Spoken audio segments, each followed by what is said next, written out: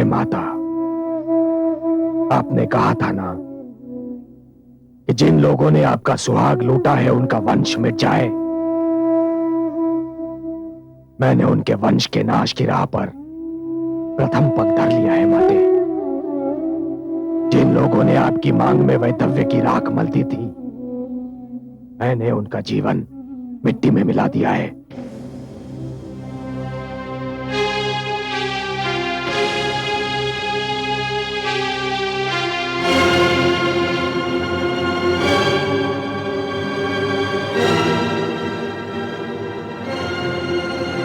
माता, अब तो आपके हृदय को शांति मिली।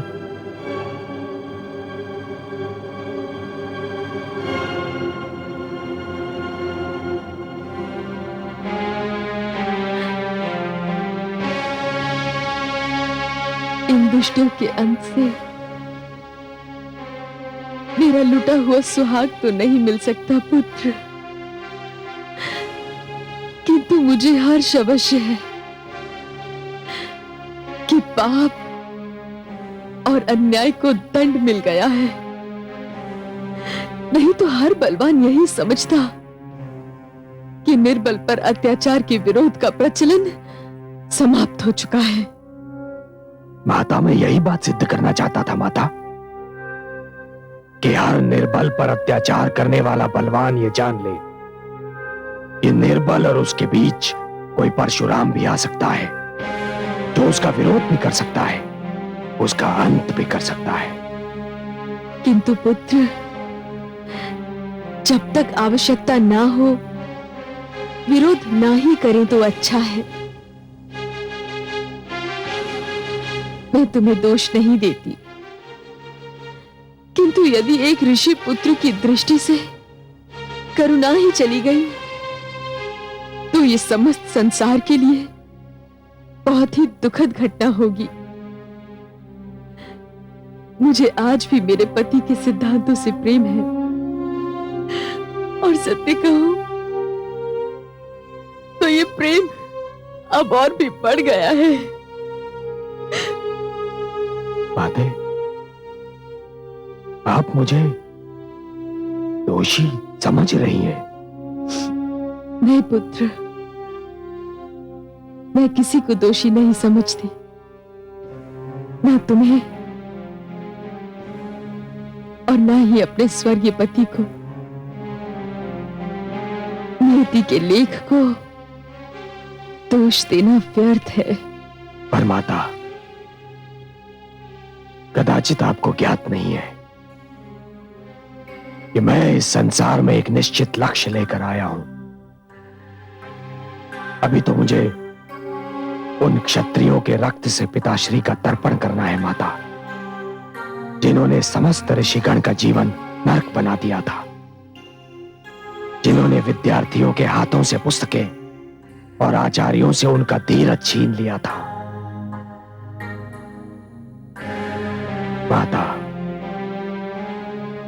मैंने सरियानावत में जो कुंड बनाया है, उस कुंड को क्षत्रियों के रक्त से भरना है। मैंने आपको यह वचन दिया था माता, और वो वचन मैं अवश्य निभाऊंगा। माता, बस मुझे आपका आशीर्वाद चाहिए माता, आपका आशीर्वाद।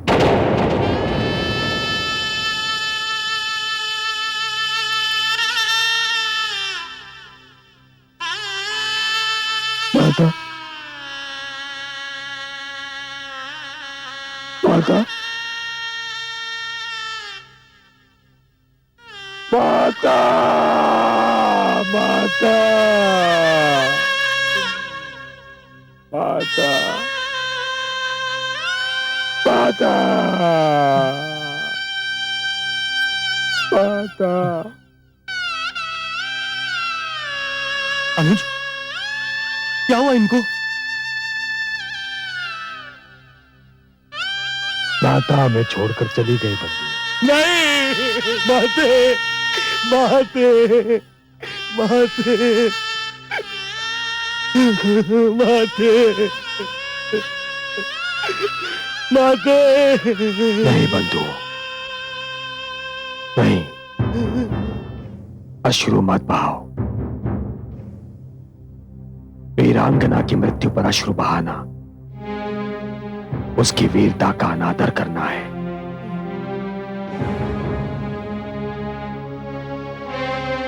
माता ने हमें जीवन भर हर दुख और कठिनाई का धैर्य से सामना करने की शिक्षा दी, और ऐसी वीर स्त्री की आंखें बंद होते ही हम उसी की दी हुई शिक्षा को भुला देंगे? नहीं, नहीं। किंतु अब हम आशीर्वाद किससे मांगेंगे? कौन देगा हमें आशीर्वाद? माता तो हमें आशीर्वाद देकर गई है बंधुओं।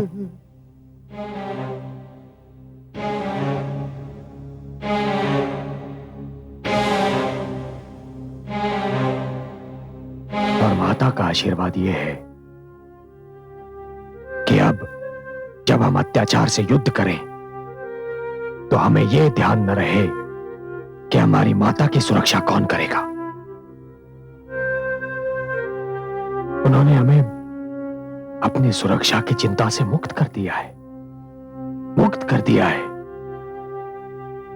ताकि अब हमारे ध्येय पूर्ति के बीच कोई माता, कोई पिता या कोई अनामिका बाधा न बन जाए।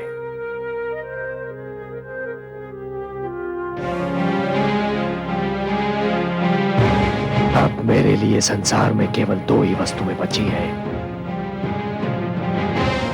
सहस्त्रार्जुन का शीश और मेरा परशु।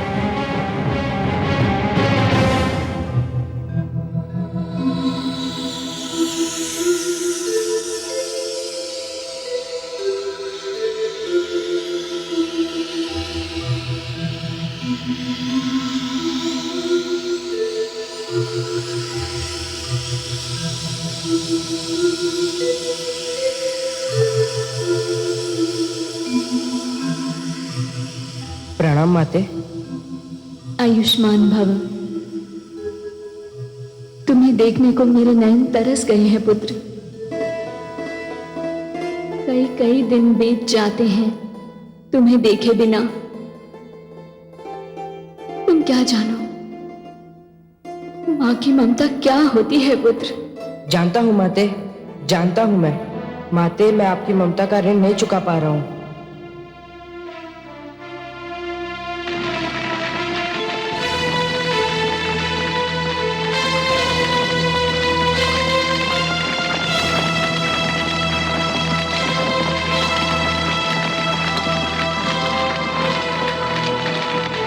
पुत्र, कहीं भावना की धारा में तुम बह तो नहीं गए ना? तुम्हें अपना वचन स्मरण है ना? तो काट दो अपनी माता का सर।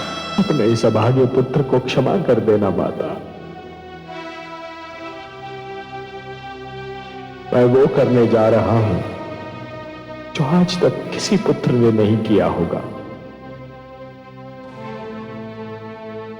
और ईश्वर ना करे कि आज के उपरांत किसी पुत्र को करना पड़ जाए। क्षमा माते, क्षमा।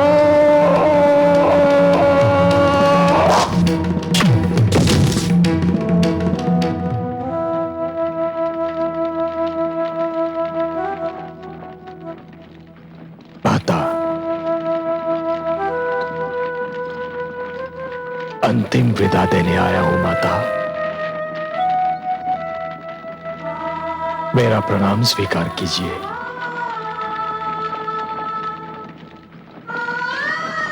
माता, मुझे संतोष तो है कि आपकी आत्मा पिताश्री की आत्मा से जा मिली होगी, परंतु ये न समझिए माता कि मैं वो मार्मिक दृश्य भूल गया हूं जब पिताश्री की मृत्यु पर आपने 21 बार अपनी छाती को पीट कर विलाप किया था। मैं एक एक करके 21 बार क्षत्रियों के रक्त से सरयानावर्त कुंड को भरूंगा और शत्रु के रक्त से पिताश्री और आपका तर्पण करूंगा।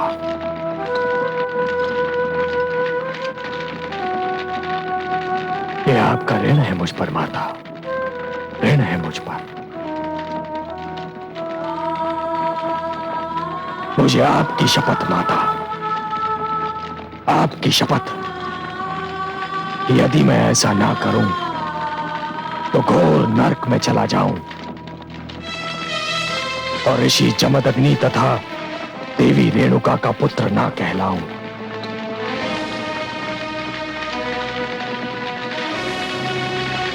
माता,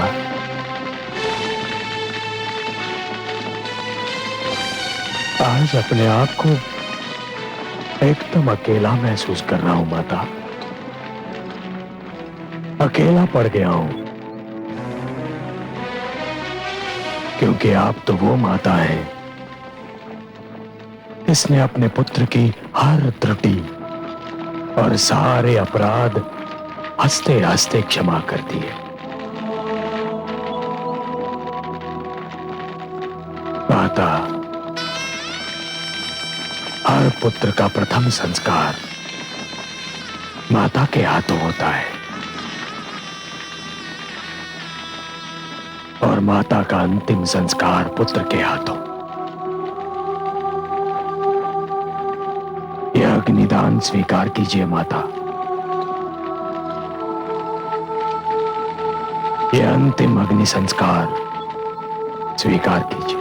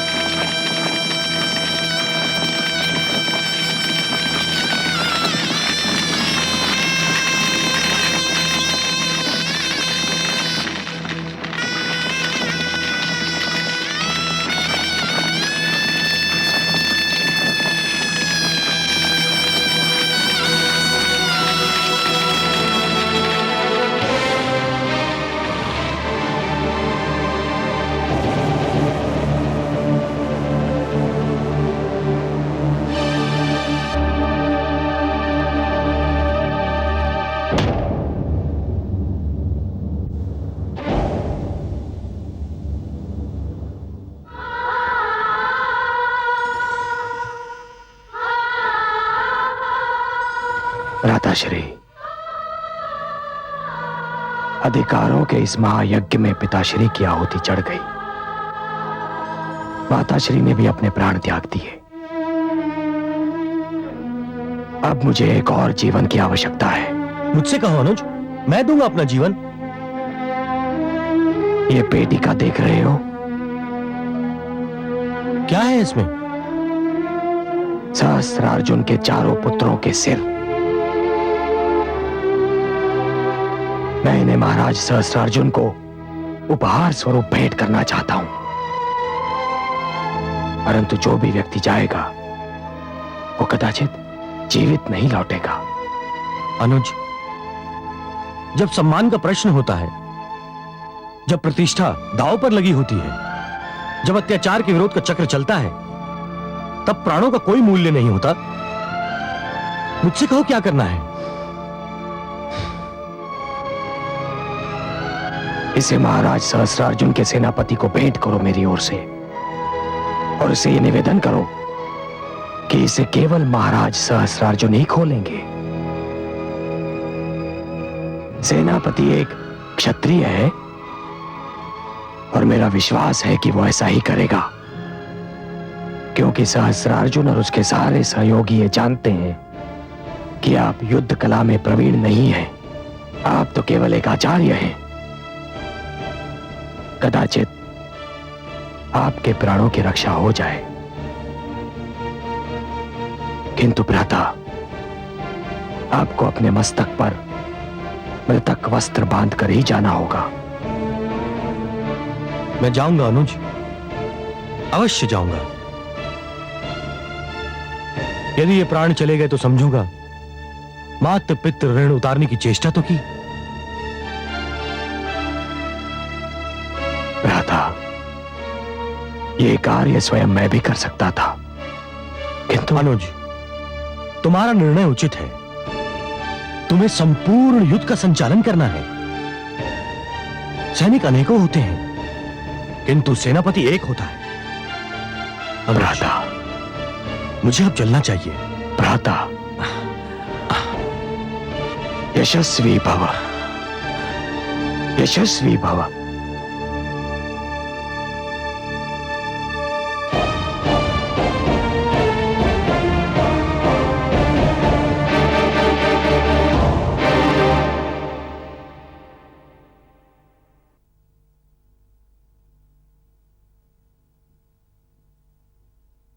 आइए आचार्य कलश। सेनापति विशाल, मैं महाराज सहस्त्रार्जुन के लिए परशुराम की ओर से यह पेटिका लेकर आया हूं। इसमें महाराज के लिए एक भेंट भी है और एक संदेश भी। क्या है इसमें? मुझे देखने की अनुमति नहीं थी और परशुराम ने आपसे भी निवेदन किया है कि इसे केवल महाराज सहस्त्रार्जुन ही देखें।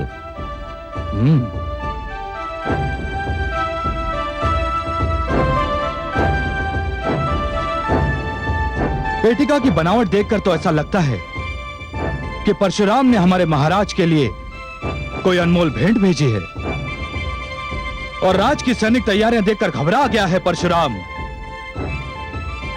एक सशस्त्र बड़ी सेना का सामना करना इतना सरल नहीं होता आचार्य कलश। यह पेटिका आप द्वारा लाई गई है, इसलिए मुझे इसमें कुछ भी संदेह योग्य नहीं लगता। मैं इस पेटिका को महाराज तक पहुंचा दूंगा। आप जा सकते हैं।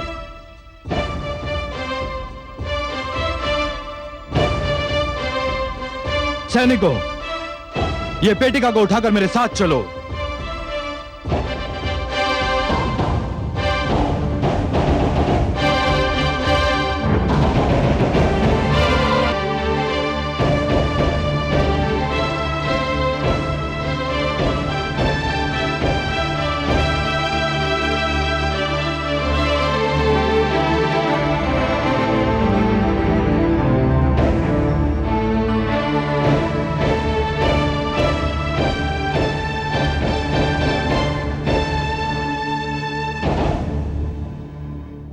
कहो महामंत्री, कोई सूचना मिली कि हमारे चारों पुत्रों को जिन राज्यों में पहुंचना था, क्या वो वहां पहुंच गए?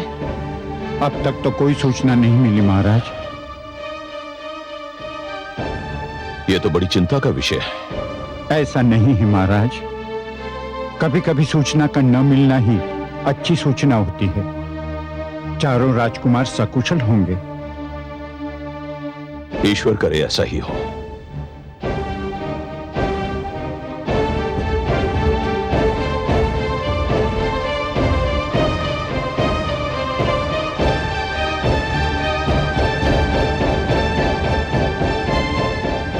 महाराज की जय हो। महाराज, परशुराम ने आपके लिए कुछ भेजा है। परशुराम ने? मेरे लिए? हाँ महाराज, और जो व्यक्ति इसे लेकर आया था उसने कहा था कि यह केवल आपके लिए है और इसे केवल आपके समक्ष ही खोला जाए। ठीक है, मंगवाओ उसे। जो आज्ञा महाराज।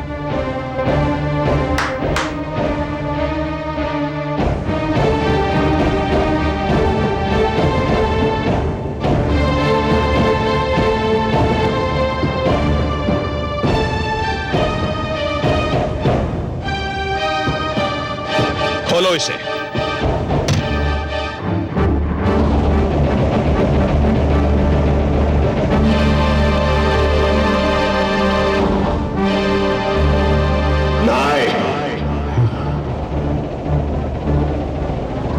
क्या हुआ महाराज? इस पेटिका में क्या है? हे ईश्वर, राजकुमारों के कटे हुए सर। क्या? क्या? क्या? नहीं, नहीं, नहीं ईश्वर, नहीं, नहीं ईश्वर, नहीं ईश्वर, नहीं, नहीं ईश्वर। यह दृश्य देखने से पहले महाप्रलय की उड़ी आ गई। मेरे कुलदीपकों का प्रकाश बुझाने से पहले हे सूर्य, हे चंद्रमा, तुम्हारा प्रकाश अंधकार में क्यों नहीं बदल गया? परशुराम, यदि यही तुम्हारा युद्ध संदेश है तो यह भी सुन ले। तुमने मेरे कुलदीपकों के कटे हुए सिर भेजे हैं। इन कटे हुए सिरों की सौगंध, मैं इस धरती पर एक भी भार्गव को जीवित नहीं छोड़ूंगा, बिल्कुल नहीं छोड़ूंगा। परशुराम,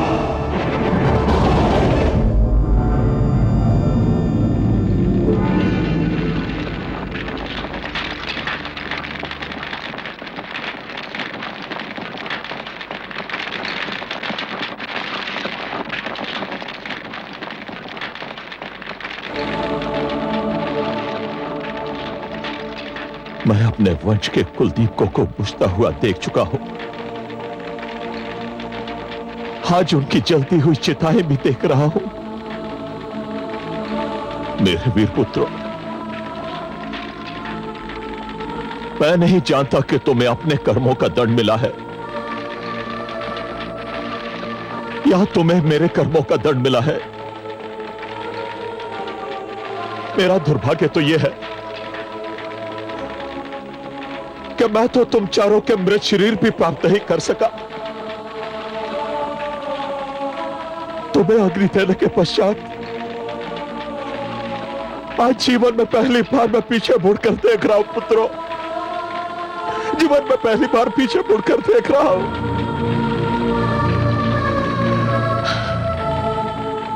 मैं देख रहा हूं उस सहस्रार्जुन को जो महान कृतवीर्य का पुत्र और जगत नियंता का पुत्र, सहस्त्र बाहुओं का बल रखने वाला।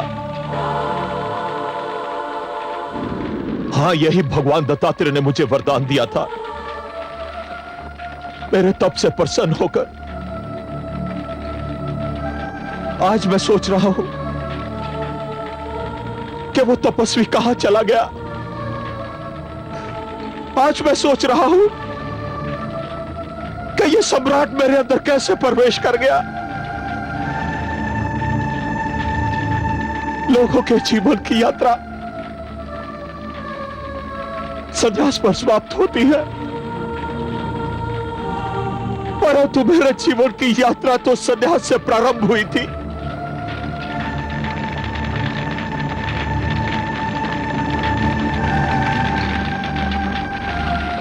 भूल कहां हुई है? ये भूल हुई है या मेरी पीड़ा, मेरी कुंठा मुझे ऐसा समझने पर विवश कर रही है? हे धरती, हे आकाश, है मेरे पितृ देवता, आज इस समय मैं निर्णय की घड़ी के समक्ष एक अपराधी की भांति खड़ा हूं। क्या यह सारा दोष मेरा ही है? आज मेरे अंदर घृणा का लावा जो इतना उबल रहा है, वो ना जाने कितने भार्गों को अब तक निगल चुका है, और अब यही घृणा का लावा परशुराम को भी निगलना चाहता है।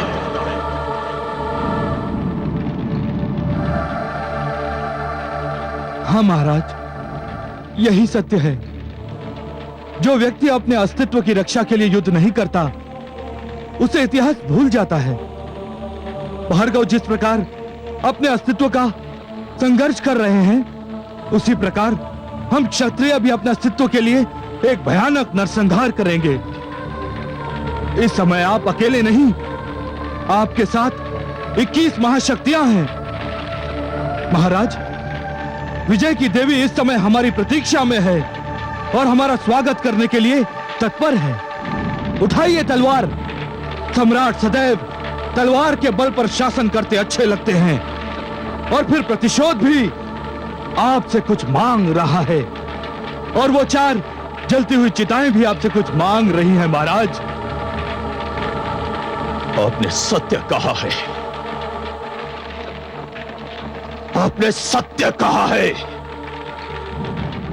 मैं आप लोगों का आभारी हूं। थोड़ी देर के लिए मैं पुत्र मोह में पीछे चला गया था। युद्ध होगा, भयानक युद्ध होगा, और भार्गवों की ऐसी अनेक चिताएं जलेगी, अवश्य जलेगी। युद्ध होगा।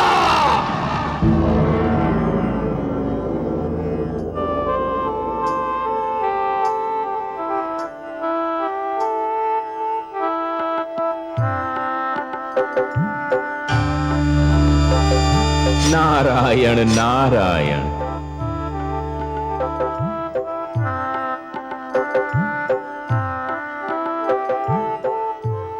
बड़े अचरज की बात है, मैं तो अपने नारायण को उनके अंशावतार की और माता को उनके शिशु की वीरता के लिए बधाई देने आया था, जिनका जन्म उनके कर कमलों से हुआ था। किंतु नारायण के मुख पर गंभीरता की छाया देखकर मैं कुछ कहने का साहस नहीं जुटा पा रहा हूं। माता, आप ही मुझे बताइए, आप दोनों इतने शोकाकुल क्यों हैं?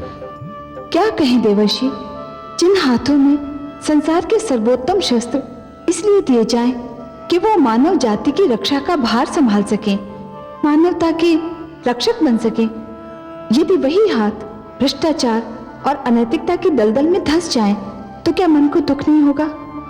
आज हम दोनों के सिर लज्जा से झुक गए हैं। आपके मुख से निकले हुए शब्द बहुमूल्य हैं माते, किंतु मैं इन शब्दों का अर्थ समझने में स्वयं को असमर्थ पा रहा हूं। आप किन हाथों की चर्चा कर रही हैं? अपने प्रपौत्र के हाथों की। आपका प्रपौत्र? माते, मैं अब भी नहीं समझ पा रहा हूं, आप किसके विषय में बात कर रही हैं? सहस्रार्जुन के विषय में, और किसके? ठहरिए माते, आप मुझको जितना शक्तिशाली समझ रही हैं, मैं उतना हूं नहीं। मुझे इस झटके से संभलने दीजिए। सहस्रार्जुन आपका पपौत्र है? मेरे लिए तो यह सूचना है माते। हाँ देवर्षि, ये बात बहुत कम लोगों को ज्ञात है। यूं तो मेरे कमल नयन बहुत ही कृपालु, दयालु हैं। इनके मन में मेरे लिए अथाह प्रेम है, किंतु एक बार ये मुझसे क्रोधित हो गए, और क्रोध में आकर इन्होंने मुझे अशु प्रजाति में जन्म लेने का श्राप दे दिया। फिर क्या हुआ माते? सो मैंने अशु प्रजाति में जन्म लिया, किंतु इनको भी मेरे बिना चैन कहां। थोड़े ही दिनों के पश्चात इन्होंने स्वयं भी अशु प्रजाति में जन्म लिया और मुझसे विवाह किया। नारायण नारायण। आज तो लग रहा है मेरे मस्तिष्क में भूकंप आ रहा है। ये मैं क्या सुन रहा हूं माते? ये सत्य है। विवाह के उपरांत हमारे एक पुत्र हुआ, कृतवीर्य। सहस्रार्जुन उसी कृतवीर्य का पुत्र है, तो फिर वो हमारा प्रपौत्र हुआ ना। इतने महान पिता का इतना आतताई पुत्र। यही तो दुख की बात है देवर्षि। सहस्रार्जुन आरंभ में बहुत सुशील और चरित्रवान था, परंतु जैसे ही मैंने दत्तात्रेय के रूप में उसे सहस्रबाहु होने का वरदान दिया, उसने तो अपने जीवन का मार्ग ही परिवर्तित कर दिया। सर्वेश्वर ने उसे सहस्त्रबाहु इसलिए दिए थे कि वो अपने सहस्त्र हाथों से मानवता की रक्षा करेगा, किंतु उसने अपने हाथों में ऐसे शस्त्र थाम लिए जिनमें अनैतिकता, भ्रष्टाचार और अन्याय की दुर्गंध बसी हुई थी। ऐसे अत्याचारियों का तो अंत होना ही चाहिए।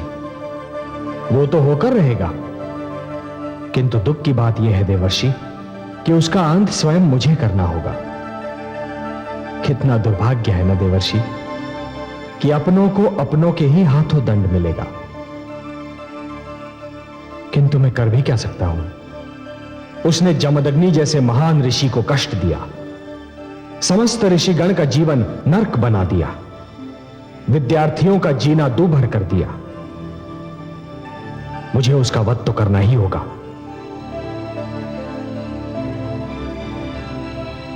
हे देवर्षि, जिस प्रकार शरीर का कोई भाग यदि सड़ जाए तो समस्त शरीर को बचाने के लिए उस भाग को काटना ही पड़ता है, उसी प्रकार यदि घर के दीपक से ही घर को आग लग जाने का संकट हो तो उस दीपक को अपने ही हाथों बुझाना भी पड़ता है। मुझे सहस्रार्जुन का वध करना ही होगा। और देवर्षि, सिद्धांत रूप में तो आवश्यकता पड़ने पर मैं स्वयं अपना वध भी कर सकता हूं। और आज तो अंतिम निर्णायक युद्ध है। हां महादेवी, जब क्षत्रियों ने अपना कर्म छोड़ दिया तो भार्गवों को भी अपना धर्म छोड़ने पर विवश होना ही पड़ेगा। हे सर्वेश्वर, आपकी लीला अपरंपार है। नारायण नारायण।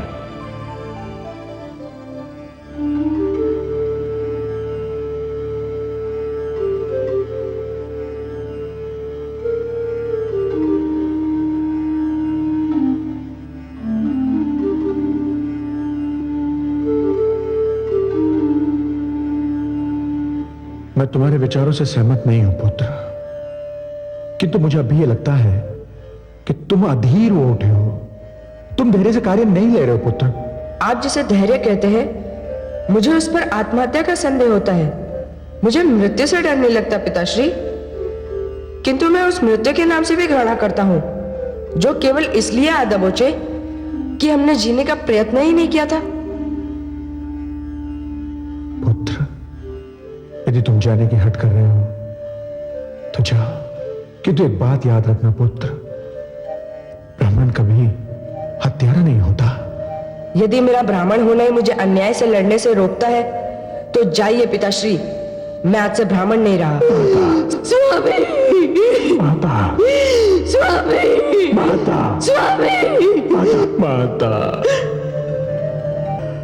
वत्स परशुराम,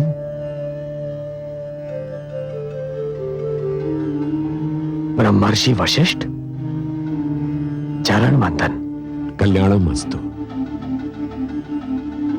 किन विचारों में खोए हुए थे वत्स?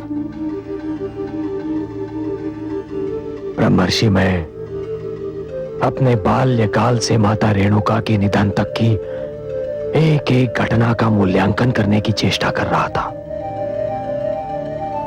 मेरा सौभाग्य कि आपके दर्शन हुए। आप कब आए ब्रह्मर्षि? अभी अभी। वत्स परशुराम, जीवन के मार्ग पर चलते हुए हर नई घटना का मूल्यांकन करते समय पीछे मुड़कर अवश्य देख लेना चाहिए। जिस प्रकार वनराज सिंह हर 10 पग चलने के पश्चात पल भर को रुकता है, स्थिति को आंकता है और फिर पीछे मुड़कर देखता है। हे ब्रह्मर्षि, जीवन संग्राम में जूझते जूझते मेरा बाल्यकाल तो खो गया और आयु के रथ के पहिए में मेरे युवा काल का उत्तरीय इस प्रकार उलझ गया है ब्रह्मर्षि कि मैं समझ नहीं पा रहा हूं कि क्या करूं। काल का पहिया रुक नहीं सकता और उत्तरीय बचाने का निर्णय मुझे बड़ी शीघ्रता से करना होगा। हे ब्रह्मर्षि, आप ही बताइए कि कहीं मैं सहस्रार्जुन से असीम घृणा के कारण कोई पाप या कोई अनर्थ तो नहीं कर रहा। मुझे प्राण लेने या प्राण देने का निर्णय करना है ब्रह्मर्षि, मेरी सहायता कीजिए। बड़ा ही शुभ हुआ वत्स परशुराम कि मैं तुमसे मिलने आ गया। तुम्हें भ्रमित होने की कोई आवश्यकता नहीं है। क्योंकि युद्ध को निमंत्रण तुमने नहीं दिया, अन्याय को जन्म तुमने नहीं दिया और यह व्यवस्था तुमने नहीं बनाई। हे परशुराम, इस पृथ्वी पर जो भी प्राणी आता है उसमें परमात्मा का अंश होता है और यह ईश्वर की वाणी है कि अन्याय सहने वाला अन्याय करने वाले से अधिक बुरा होता है। पाप कर्म होता देखकर जो उसका प्रतिरोध नहीं करता वो महापापी होता है। परशुराम, सत्य तुम्हारे साथ है, न्याय तुम्हारे साथ है, धर्म तुम्हारे साथ है। वत्स परशुराम, तुमने जो पग उठाया है वो उचित है, न्याय संगत है और मेरा ही नहीं अपितु समस्त ऋषि समाज का समर्थन तुम्हें प्राप्त है।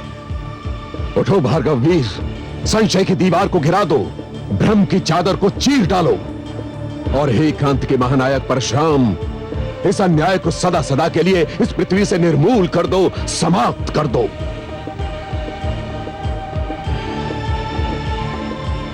हे ब्रह्मर्षि वशिष्ठ, इस समय आपका आगमन सचमुच ही बहुत शुभ है।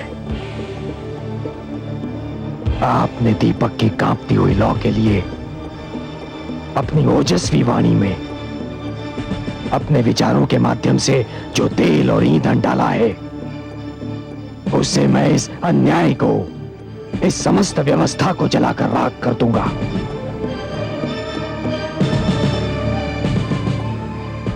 मुझे आशीर्वाद दीजिए। विजयी भव।